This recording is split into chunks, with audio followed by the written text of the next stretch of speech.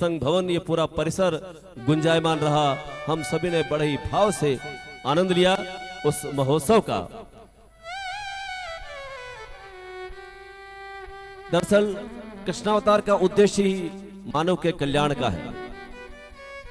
जिस प्रकार प्रभु ने विप्र धेनु सुर संत हित लीन मनुज अवतार अपना अवतार लिया, उसी प्रकार पूज्य महाराज के पावन प्रयास कि हमारे समस्त बुजुर्ग जन ब्रज में वास करें। समस्त सेवाओं के क्रम भी वहां पर लगातार चल रहे हैं। संत सेवा, ब्राह्मण सेवा, गौ सेवा, बड़े ही भाव से सेवा वहां पर की जा रही है। और इस अवसर पर भक्ति रस महोत्सव का आयोजन 88,000 ऋषि मुनियों की ये पावन तपोभूमि, और इस भूमि में आकर हम सभी का हृदय गदगद है, अभिभूत है, और हम सभी आनंद के सागर में डुबकियां लगा रहे हैं। मैं इस अवसर पर निवेदन करूंगा, परम पूज्य, परम वंदनीय, परम श्रद्धेय हनुमानगढ़ से पधारे पूज्य महाराज श्री कि वे अपना आशीर्वाद देकर हमें अनुग्रहित करें। पूज्य महाराज श्री।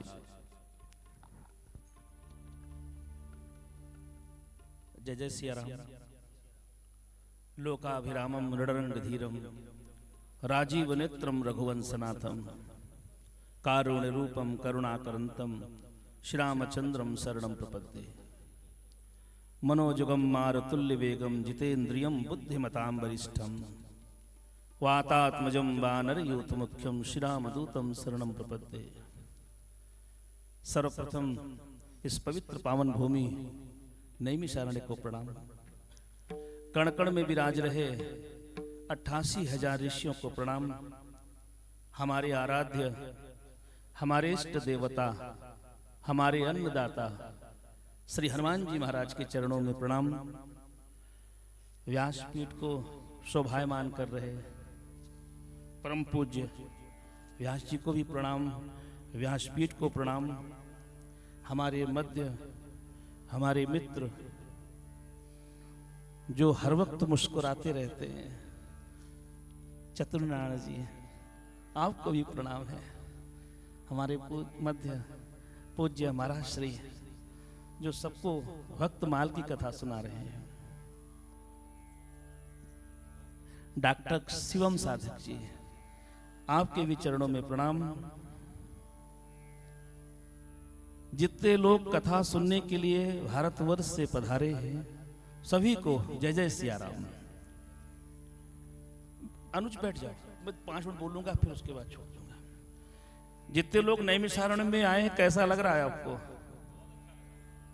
महाराज श्री आपसे बोलूं, मैं अक्सर बोलता हूं अपने प्रवचनों में, नैमिषारण्य आप आए, आपको कितना अच्छा लगा ये मुझे पता नहीं। आपने बोला, मैंने सुन लिया, लेकिन मुझे लगता है कि जब आप नैमिषारण्य आते हैं, 88,000 ऋषियों को बहुत अच्छा लगता है कि आपका आगमन।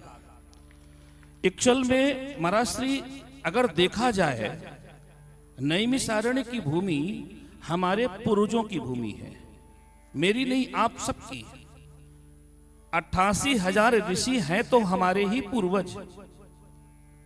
महंत बजरंग दास का सांडिल्य गोत्र है, इसका मतलब महंत बजरंग दास सांडिल्य ऋषि के वंशज हैं। जिसका उपमन्यु गोत्र है वो उपमन्यु ऋषि का वंशज है। आप कल्पना करें, सतयुग में सृष्टि जब प्रारंभ हुई तो 88,000 ऋषियों ने भगवान ब्रह्मा से एक ही वरदान मांगा, कलयुग आएगा तब हम कहां जाएंगे। नैमिषारण्य की उत्पत्ति हुई और भगवान ने कहा कि कलयुग तक आपको निवास करना है। और आप कल्पना करें, हमारे पूर्वज महाराज श्री कलयुग से, सतयुग से और कलयुग तक आज भी नैमिषारण्य निवास कर रहे हैं। हम जब नैमिषारण्य आते हैं, किसको कितनी खुशी होती मुझे पता नहीं, लेकिन ये 100% श्योर है कि आपके गोत्र के ऋषि को सबसे अधिक खुशी होती है कि हमारा वंश का कोई चल करके अपनी भूमि पर आया है। जैसे बच्चों की छुट्टियां होती ना गर्मियों में, जब बच्चे ननिहाल को जाते हैं तो सबसे अधिक खुशी नाना नानी को होती है कि हमारा नाती आया है। आप एक चीज और बताएं, अभी महाराज जी 2 दिन निवास कर रहे हैं। अगर प्रैक्टिकल करना है ना आपको, मेरा एक बार का नहीं कितनी बार का अनुभव है, जंगल में वृक्ष लगे होंगे, आप जब निकलेंगे शाम को, साइलेंट, बिल्कुल कोई आवाज ना आ रही हो, एक नया आसन लेके आप किसी वृक्ष के नीचे बैठ जाइए। केवल 5 मिनट महाराज श्री बैठे, केवल 5 मिनट। संसार में समाधि कहीं पर भी घंटे, 2 घंटे, 5 घंटे में लगती हो, लेकिन मैं लिख के दे सकता हूं, नैमिषारण्य में उस वृक्ष के नीचे आपकी समाधि केवल 5 मिनट में लग जाएगी। और जैसे आप समाधि में जाएंगे, आपको लगेगा कि कोई आपको टच करके निकला है। और महाराज जी, शरीर का एक एक रोया खड़ा हो जाएगा। जब आप आंख खोलेंगे तो आपके आसपास कोई नहीं होगा। मैं अक्सर कहता हूं, वो और कोई नहीं है, आपके वंश के ऋषि हैं, जो आपको टच करके आपको आशीर्वाद देकर आ रहे हैं। ये नैमिषारण्य की भूमि है।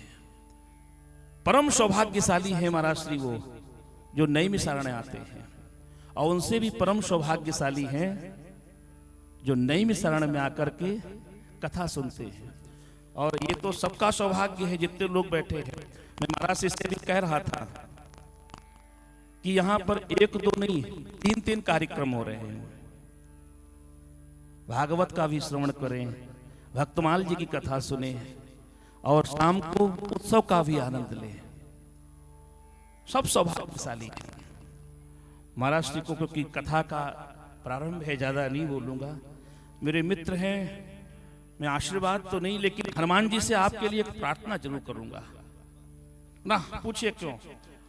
जैसे जब भी मुझे महाराज श्री मिले, मुस्कुराते हुए मिले, मैं अक्सर महाराज जी, एक गाना आता है, आपने सुना होगा, हंसते हंसते कट जाए रस्ते, जिंदगी यूं ही चलती रहे, खुशी मिले या गम बदलेंगे ना हम, दुनिया चाहे बदलती रहे।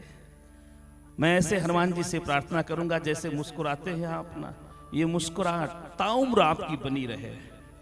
ये कृपा आपके ऊपर और आपके ऊपर।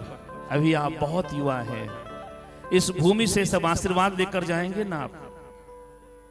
मैं ये भी गारंटी देता हूं आपको, नई ऊंचाइयों को छुएंगे जिसकी कल्पना आपने नहीं की होगी। किसी ने मुझसे पूछा कि संसार में समय से पहले और भाग्य से ज्यादा कोई दे सकता है क्या, या मिल सकता है? मैंने एक दिन कहा था, मैंने कहा हो सकता है। जो यह पढ़े हनुमान चालीसा, हो ही सिद्धि साखी गौरी सा। और हनुमान जी के भूमि पर आए हैं। हनुमान जी का नैमिषारण्य में राज है, यहाँ के कोतवाल है हनुमान जी। आपको समय से पहले मिलेगा, इसकी गारंटी हनुमान जी देंगे। दुर्गम काज जगत के जेते, सुगम अनुग्रह तुमरे देते। आप नई ऊंचाइयों को छुएंगे।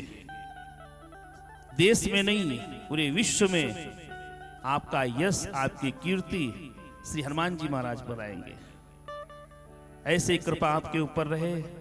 समस्त भक्तजनों को आप कथा श्रवण कराते रहे, हनुमान जी की कृपा होती रहे हमारे मध्य। महाराज श्री बैठे, मैं नाम फिर भूल जाता हूं, लेकिन मैं शिवम साधक जी, एक वीडियो उस दिन मैं देख रहा था आपका, शायद चंदन लगाए थे किसी को आप। वो वीडियो मेरी पत्नी ने देखा था। महाराज श्री मुझसे बोली कि स्वामी जी, व्यास आश्रम पर कोई संत आए हैं। मेरे में उन्होंने लिंक भेजी, मैं बाहर था। स्पर्श मात्र से कष्ट दूर होते हैं। तो मैंने कहा महाराज श्री, मैंने कहा सुभद्रा, जीवन में संत अगर स्पर्श कर ले, जो साधक स्वयं साधक है ना, और साधक कोई संत स्पर्श कर ले, तो ये 100% सत्य है। बीमारियों का पता चलेगा ही नहीं, खत्म हो जाएंगी जड़ से। अगर मैं रहा परसों तो मैं जरूर लेके आऊंगा, और अगर आप रहे महाराज जी, एक बार हनुमान जी के दरबार में फिर आइएगा। सबको, जितने लोग कथा सुन रहे हैं, मैं हृदय से सबको आशीर्वाद दूंगा कि जब आप नैमिषारण्य से अपने घर को जाए ना, तो सबको, जितने लोग कथा सुन रहे हैं, सबको कुछ न कुछ गुड न्यूज मिल जाए, जिससे लगे कि नैमिषारण्य में आना, महाराज श्री के द्वारा कथा सुनना सफल हुआ और हमारे जीवन की तपस्या पूर्ण हुई। पुनः आपको प्रणाम, व्यासपीठ को प्रणाम, सबको जय जय सिया राम। एक बार जोरदार तारे बजा